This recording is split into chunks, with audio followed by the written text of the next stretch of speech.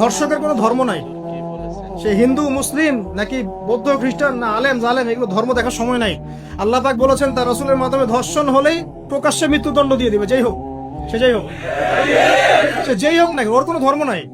সে একজন আলেম দাড়িওয়ালা মানুষও যদি হয় তাকেও এই কাজ করতে হবে। এখন এমন একটা সময় চলছে, বাচ্চারাও এগুলো থেকে নিরাপদ না। 5 বছরের মেয়ে, 7 বছরের মেয়ে, কয়দিন আগে দেখলাম যে 2 বছরের মেয়ে, নাউজুবিল্লাহ, তার সাথেও নাকি এরকম ঘটনা ঘটেছে, এবং উত্তরবঙ্গেরই ঘটনা এগুলা। তো এটা কিভাবে হলো, আসলে কিভাবে হয়েছে আমি আপনাকে বলছি। দেখেন, আমি আপনাকে মূল জায়গাটাতে বলছি। এই যে মানসিক বিকৃতি, অসুস্থতাটা হয়েছে অনলি পর্নোগ্রাফির কারণে। Only pornography. কারণ পর্নোগ্রাফি দেখতে দেখতে সবাই বাসায় এগুলো ইন্টারনেটে, আপনার ফোনে সবাই যখন দেখতে অভ্যস্ত হয়ে গেছে, তখন ইন্টারনালি আমরা সবাই পশু হয়ে গেছে। এখন সামনে যেই থাকে, একটা ছোট বাচ্চা থাক, ছোট মেয়ে থাকে, 5 বছরের মেয়েকে দেখলাম রেপ করে ফেলছে। 5 বছরের মেয়ে, 5 বছরের মেয়ে রেপ হয়েছে কোথায় বলতে চাচ্ছি না, কারণ এগুলো বললে তো নিজেদের দোষ প্রকাশ করা হয়।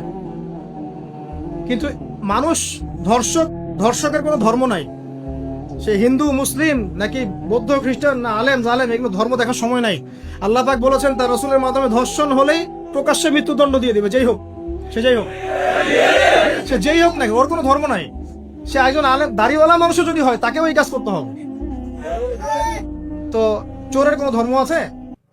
ডাকাতের কোনো ধর্ম আছে? তো মিডিয়া আবার টেকনিক্যালি দেখবেন ওইটাকে হাইলাইট করবে বেশি, বিকজ এখানে একটা সুযোগ আছে ইসলামকে ডমিনেট করার জন্য। কিন্তু সেম ঘটনা কিন্তু অনেক বড় বড় সেকুলার প্রতিষ্ঠানে ঘটেছে, ওগুলো কিন্তু আমরা হাইলাইট করতে দেখি না। এটা আমরা বুঝি ইন্টেনশনটা কি। তবে এখানে একটা বিষয় ক্লিয়ার করতে হবে যে পাপী যেই করুক তাকে শাস্তির আওতায় আনতে হবে। আল্লাহ পাক তৌফিক এনায়েত করুন বোঝার।